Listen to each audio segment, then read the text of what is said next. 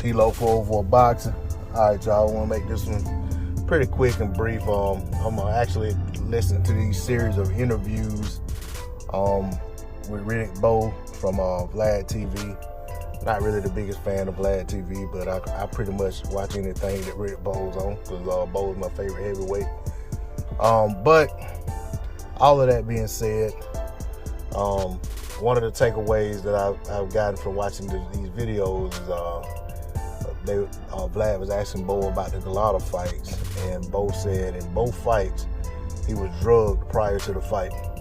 He said in the ring he saw 3 Andrew Golotas in both fights the whole time, and he just fought his way through. And we know how those fights turned out. Both fights were stopped due to low blows, where Golota, basically out of frustration, anger, vindictiveness, whatever, started hitting Bowe below the belt until the fight got stopped. Me watching those fights in real time when I was younger, I felt like it was a situation where Golota had gave Bowe all he had, and Bowe was still there, wouldn't go away, and Golota didn't want to be there anymore. But all of that being said, the main thing I want to take away from this is, a lot of people talk about situations where fighters say, well, they didn't feel right, they feel like they might have been drugged, this, that, and the other, they act like that's unheard of, and that nobody's ever said that before, but here Riddick Bowe is. And I know a lot of people feel some type of, Riddick Bowe's not their cup of tea. They think he's a ducker, they think he's this, they think he's that.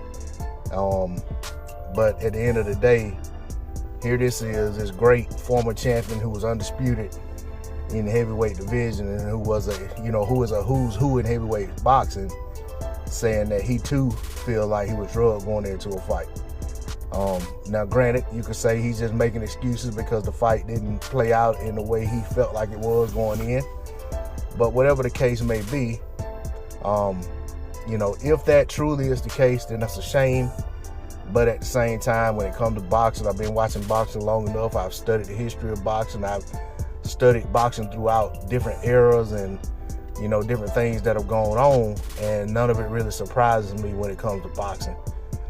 So for me, I'm not that taken aback that he's saying this, but I will say that I've never really listened to much of anything that was said about the Golota Bowe series, because for me, I look at it as kind of a sad time for me as a boxing fan and as a heavyweight boxing fan, because it pretty much marked the end of an era in terms of Bowe being a premier heavyweight boxer. He pretty much at that point walked away from the sport, and then he came back eventually, had some fringe fights, but he never really was Riddick Bowe again after that, but Riddick Bowe has a storied career with a lot of ups and downs, and a very interesting guy. But I'm not gonna delve too deep in any of that, because I do plan on talking about Bowe on my channel later, so I don't really want to cover a lot of the same stuff, and I don't really want this video to get too long and get all into the weeds or everything. But I really just wanted to touch on that one story about him saying that he felt like he was drugged going into the fight, and that he saw 3 Andrew Golotas in the ring, and even if, and I didn't catch whether he said that was for the opening bell he saw that, or whether as the fight progressed, but it could also say that he could have been concussed early on in those fights, because Golota seemed to be a guy that cracked a hell of a punch, that Bowe could have actually been concussed early on in those fights, and didn't realize that's what was going on, and fought his way through those fights with a concussion the whole time, So either way, it's just an interesting story. That's all I got to say on the subject. Kilo 404 Boxing. I'm out. Peace.